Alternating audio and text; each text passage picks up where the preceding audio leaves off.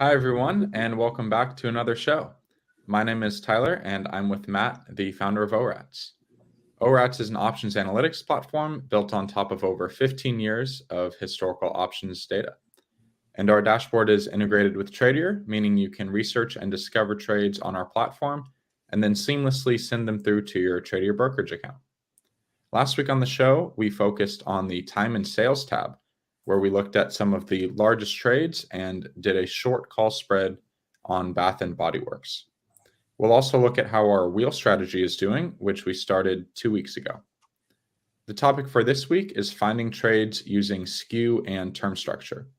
So we'll take a look at some of our most popular options indicators like skew and slope, and then use them to identify opportunities in the market and find a trade.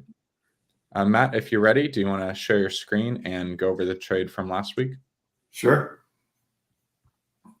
All right, so I took a screenshot of our YouTube because we closed this out. That was a short call spread that we found from our largest trades, and then I had a pretty tight profit and loss because I don't usually do those types of trades. So we got out for a small loss. I think it was 15 cents or something like that. And then we also are continuing our SPY wheel trade, selling the 50 delta puts. And then if we get exercise, we're going to sell a in the money call, but we haven't had to do that yet. So short-term puts that we're selling have been good. So this one that we had on was December 6th. It's now December 11th. So we made the 280 on that. And then if I go to my positions, paper trading, we have the 13th on right now, and it's already has a good profit at $250. So the other one was 280, and this was so over $500 on the trades, and then we had some before that had done pretty well. But today we are talking about what, Tyler? Finding trades using skew and term structure. All right. So let's talk about what that means, first of all. Time structure is the at-the-money volatilities as you go out in time. So here's a graph. I'm going to try to zoom in here. So here's a graph of expirations and how that term structure looks. As you can tell, there's a lot of high term structure, short-term implied volatilities here around 15 in the market, and then it kind of bottoms out as you get out in January. We have a lot of news. This is a big news week in the markets, and then it's going to die down pretty good. So that's why that skew looks kind of odd. And the other thing that we're going to be talking about is skew, or we call it slope, or we call it slope because we take the slope of a tangent line at the 50 delta. So this is implied volatility at each strike for each month. And it kind of looks like a smirk, I'd say, or a snake. And so we measure that slope, and we say what it is. And so we present it here as slope. And you can see that it's, right around, this is under 1%. And then as I go out, so this is SPX, as I go out, it starts to steepen up, and I'm just clicking and going out. Now I'm in January, and, we've already got the slope up to 4.7%. So this steepness, that what it generally means is the steeper it gets, the higher the low strikes are. So that typically means the puts.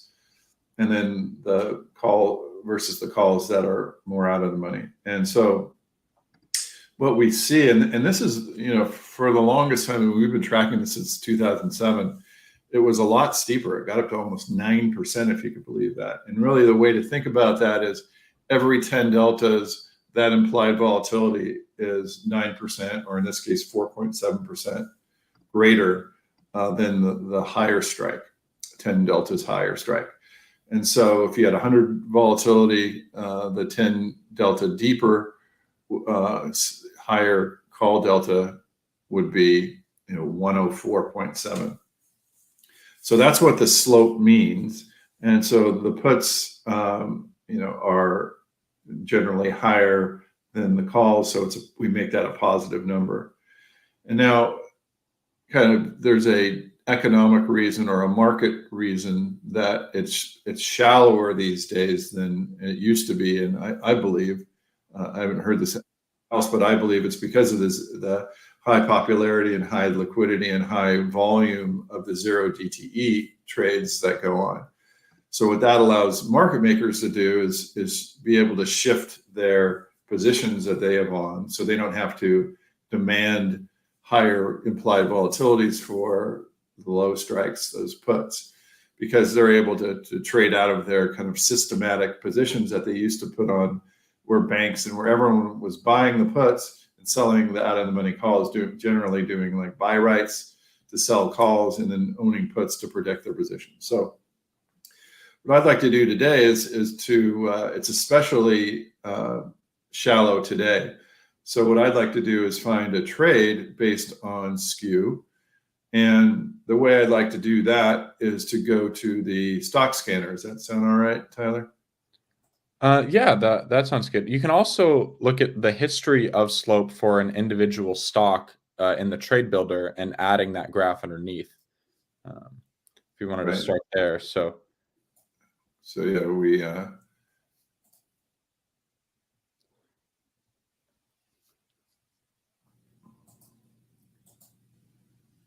so if we add that graph, you could see that it's come down quite a bit, and it was a lot higher, 8% not too long ago.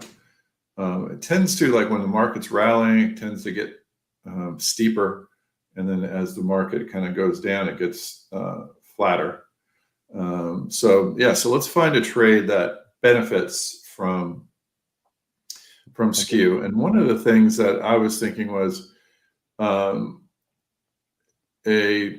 if you do a vertical spread where you're buying a lower strike and selling a higher strike. And so what that tells me is the more popular trade is a short put spread. So you in a short put spread, you buy a put, and then farther out of the money, which is a lower strike, you would buy a put. So you sell and buy. So let's look at, and then I was thinking that if you go to the back tester, you look at its short put spread, and then you look at, we'll kind of say none to these. We'll just kind of get it down to the bare bones of the strategies.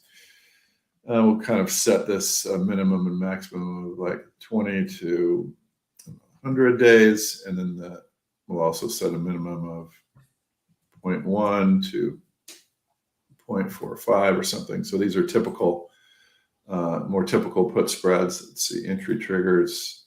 And then if we then look at the entry triggers, so we'll say, so I have none selected for everything else. So I merely just want to look at what are the best strategies for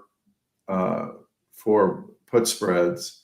And then I've taken a picture of that. So let's see if we could get this. So when the slope percentage is low, those are the best performing strategies. You can see a couple highs here, 55.10, but that 55.10, it performs better when it's in a low slope environment. So what this is saying is, yeah, and it's somewhat logical, is when slope is really this low, a short put spread is a decent trade. So the next step that we'll do is go to the actually go to the stock scanner, because I want to find ETFs that have a shallower skew. yeah, we call it a cheap put call skew scan, which is, we have it in our templates. Template, yeah, right. So put call skew rich, put call skew. Thanks, Tyler.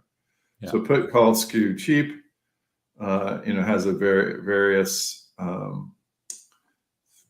Well, yeah, let's go over those indicators a little bit. So, you clicked on the cheap put call skew scan, and that's bringing up all these indicators that we've already curated for you, so you can see we're comparing the slope to the 5-day average, to the 20-day average. We're looking at the slope percentile over the last year, our forecasts of slope versus the current slope. And so we're setting all these values, to min and maxes so that we can narrow down, over 5,000 stocks to ones that meet these criteria.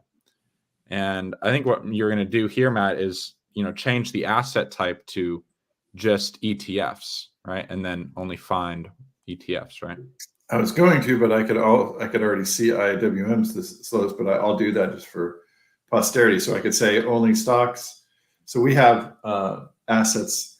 You could probably mouse over, broken out into various types of assets. So the ETFs are numbers 5 to 8. So if you sort it that way, then yeah, you get IWM has a very low slope. So that's one I'm going to concentrate on for our trade that we put on for the trade that we put on for the what do we call this? What are we calling this? I was going to say the trading club, but it's not really the trading club. Our live shows or our live webinars with Tradier. Right. We need a catchier name for that. Anyway, so here's our outlook page. We look at implied volatility versus similar contango, which we'll talk about later. But here's slope versus similar. So basically, we're looking at the IWM slope versus its component. So, and we have some other things down here as well versus its forecasts and versus its moving average. But as you can see, it's very low. And we don't normally see it very bullish, but we've said very bullish here. Because everything is saying that this is extremely low slope in IWM. So now in order to find the actual options that meet that criteria, I'm going to go over to our option scanner. I'll clear out all my settings. I'll add IWM here into the symbols. And then for the strategies, I'm going to find a short put spread, which is there. I'm going to go down to 2 weeks to get the 10, and I'm going to widen the days so I'll just open it up for anything. So Matt, you're adding a short put spread here. Can you go over why, specifically, that strategy is good for a cheap slope? Yeah. So as I talked about before, the put that you're selling is a higher strike. So that's and then versus the put that you were buying is a lower strike, and that's what you want to do when you have a slope that is shallow, that is expecting the out of the money puts to come up in value. Does that make sense? Does that have enough information in it? That makes sense. You could also do this with a short risk reversal or a caller strategy. But you're not doing that. Right. A risk reversal is buying the put and selling a call. So that's an extreme measure. The problem with that is that you have then a lot of delta risk. Whereas in a short put spread, we don't have as much deltas, because when you're buying a put, you have negative deltas. When you're selling a call, you have more negative deltas. And so you add those both together, you have a very negative delta trade. If you were to just do a put spread, then you have positive deltas by selling a put, and then negative deltas of buying a put. It is slightly positive, but not nearly as delta sensitive as the risk reversal. Gotcha. That makes sense. Yeah, that does. So what you're doing here is you're optimizing the shallow slope, but at the same time not, putting yourself at that much risk with the stock price. Right. Okay. And so now the way that we work in the option scanner is we could sort on a lot of things, but the best sort in order to find the best overvalued or undervalued skew trades is to look at our forecast, because we make a forecast of skew and we put that into our surface construction. So what that means is we put a theoretical value, forecasted theoretical value on all the options, and within that we use the slope forecast. So the slope forecast, as we saw on the outlook page, was for a higher slope. So that's why we're entering this trade. So the best way to find the best one is to use that F percentage. And you can see the F percentage is pretty high. and the highest one is for the 20th of December, selling the 183 with the stock at 187 and buying the 178 put. Just a couple more bits of information in here, for this trade. There's a risk reward, there's probability of profit, but let's go ahead and take a look at this trade. It's a relatively tight market, 10 days to expiration. Is that going to be enough time? We don't know, but let's just say it is because there's a lot going on in the market. Hopefully we'll get steeper. So risk reward of 1 to 5 is a little bit steep, a little bit much, but I think we'll go for it with this trade. So this is the trade that we're going to do in our trading account for this particular. Actually, let's just go ahead and pay or sell it at the bid. Okay. Here with our order, but let's we'll figure that out later. I wonder if I have enough money in here for it. So paper trading, yeah. So there it is.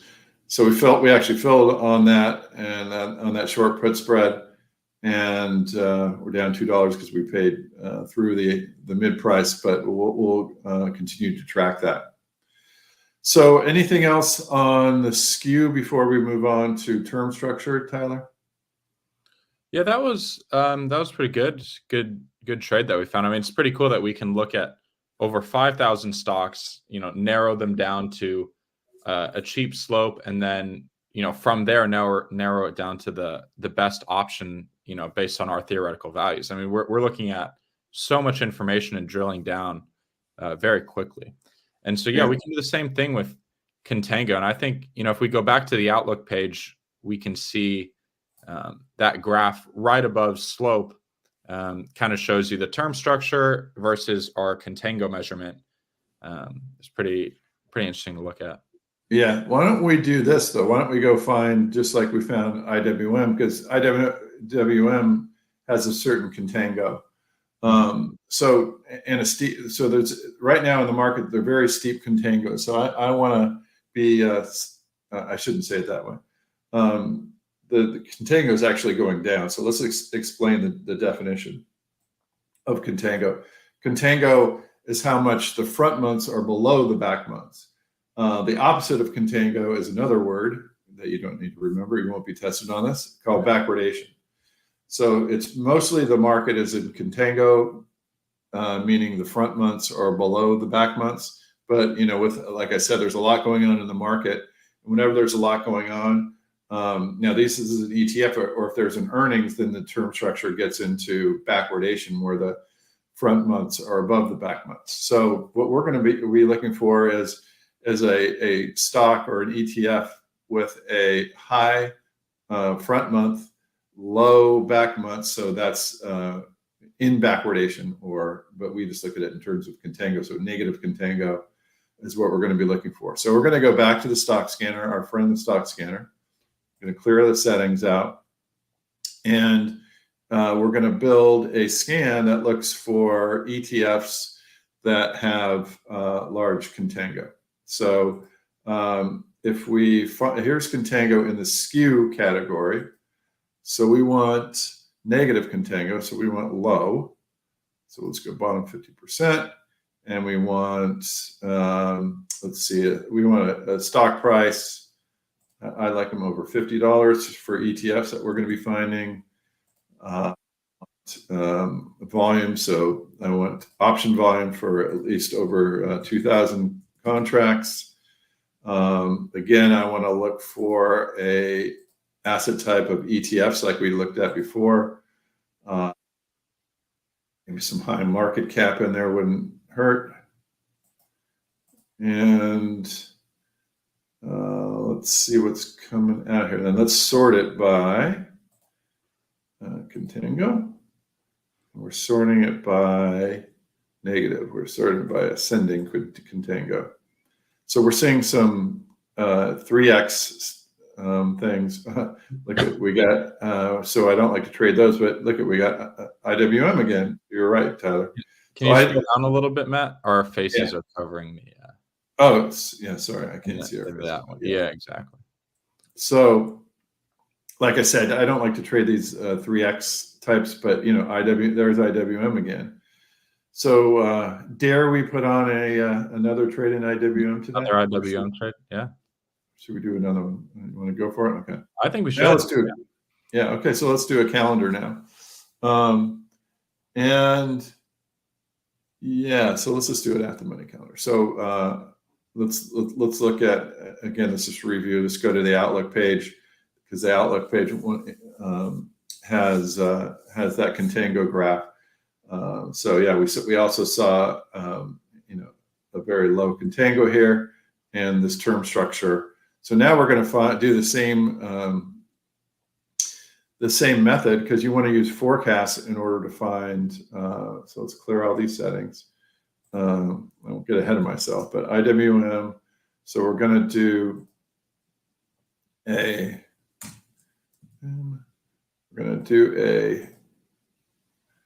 long. We'll do a call calendar spread, neutral spread, and that's a little long term. Let's do a shorter term and maybe extend our longs longer, maybe just 60 days, and something, maybe we'll do 30 days max on that. So then we'll widen that out just a tad. So we want to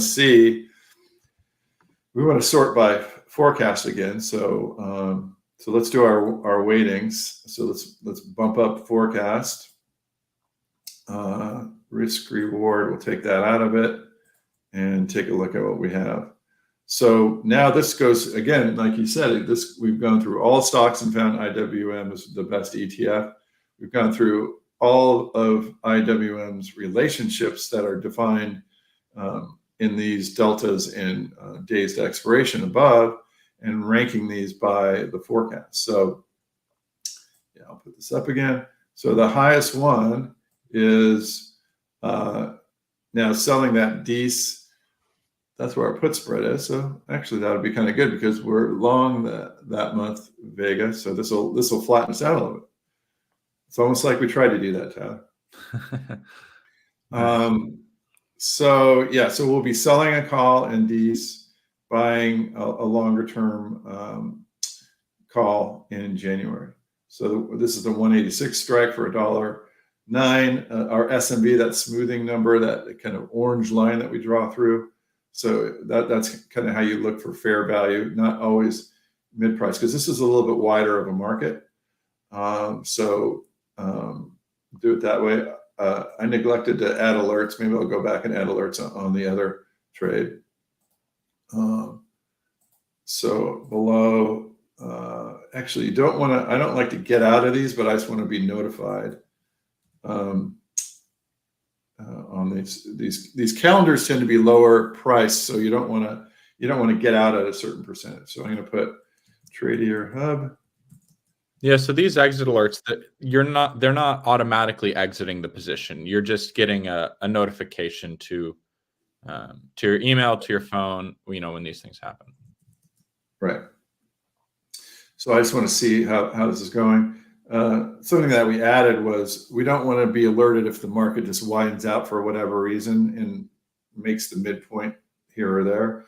So we set, based on how wide the market is now, a little bit wider than that, and then we'll be notified. So don't bother me if it's too wide, but if it's this or below, then you can then notify me.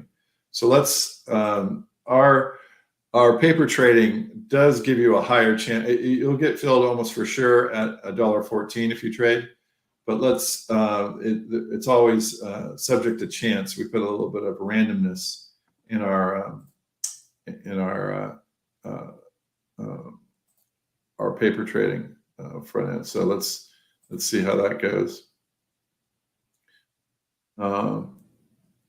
So yeah, we're still working. We did get filled there. So we get filled on the calendar. And so these are the two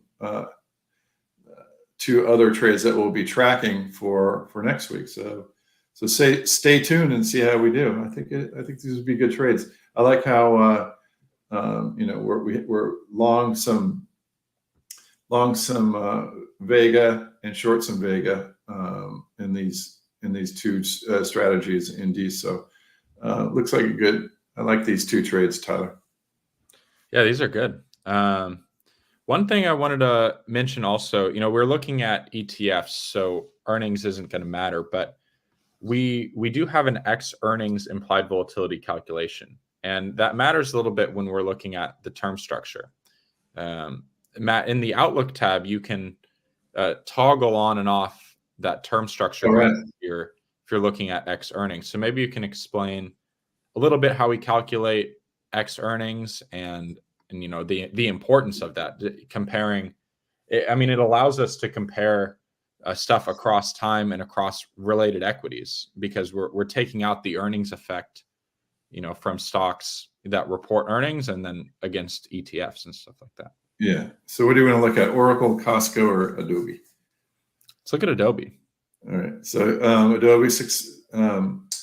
So first of all, let's go to the trade builder and kind of get into what Tyler was talking about. So Adobe's coming out in 2 days. So that's why these vols are jacked up here. So, the volatility, in 30 days is about 35. Now, if we were to go check out the outlook for this, where we use the X earnings, you could see in the mouse over, hopefully, that the implied volatility is 26.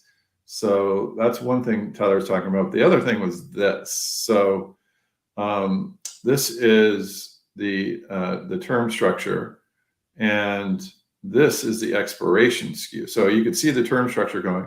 I think what you're saying is you could click this off right there, and then that kind of mellows everything down to about a 26 from a 70, almost 50. So that's a little crazy. I think that's that's what you're talking about, Tyler. Like, we have ways to take the additional amount of earnings out of a stock. So then you could track things like what is the true contango, and there is some backwardation here, slightly negative, I'm guessing. Yeah, slightly negative. So yeah, that's a good point, Tyler. You could look at. It's a very important thing that we do, because otherwise, our indicators are going to be skewed towards, whenever earnings happen, right? So what Tyler's saying is, if I go to the trade builder, and I think we have a graph really well here. So, if in the trade builder, you'll see, these vertical lines are earnings. So the volatility comes up and crashes down, comes up, crashes down, comes up, crashes down. So that's going to really skew your results when you're looking at, in the Outlook page. What we look at in the Outlook page is what is the true volatility, not just the earnings move, but what is the kind of underlying volatility that will, that we want to look at for more predictive measures. And so that's why we use X earnings. So yeah, thanks for that point, Tyler. So that's all I have on that term structure, and also skew. So very important topics that we covered today, Tyler. Yeah, that's great. Thanks, Matt. Yes, we reviewed slope and term structure, and then we used them in the stock scanner and the option scanner to help us find some good trades. And yeah, we have a lot of proprietary indicators that we calculate. We touched on X earnings indicators, and there's a lot more to see with that. So we'll probably cover more of those indicators in some coming episodes. But yeah, I think that's it for this week. If you have any questions about our tools, you can email us at support@orats.com, and or read more on our website, orats.com. So thank you, Tradier, for hosting us, and we'll see you again next week.